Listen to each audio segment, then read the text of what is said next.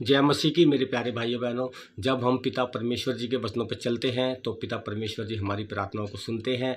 जिस तरह अब्राहम का दास अब्राहम के वचनों पर चला, उसके कहने पर चला, तब अब्राहम ने उससे कहा कि तू जा, मेरे कुटुंबियों के पास जा और इसहाक के लिए एक पत्नी लेकर आ और कनानियों में से मत लाना।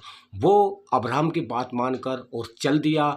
और तब वो अब्राहम के भाई नाहोर के नगर में पहुंचा। वहाँ पहुंचने के बाद उसने एक कुआं देखा और कुएं के पास में अपने ऊँटों को खड़ा किया और ऊँटों को खड़ा कर कर वो पिता से प्रार्थना करने लगा। मेरे प्यारे भाइयों बहनों, वे पिता से कहने लगा, हे मेरे स्वामी अब्राहम के परमेश्वर यहोवा, आज मेरे कार्य को सिद्ध कर और मेरे स्वामी अब्राहम पर करुणा कर।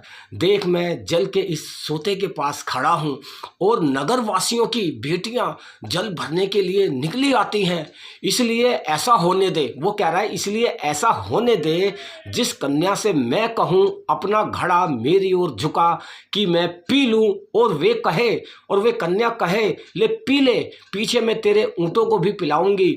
यह वही हो जिसे तूने अपने दास इसहाक के लिए ठहराया हो।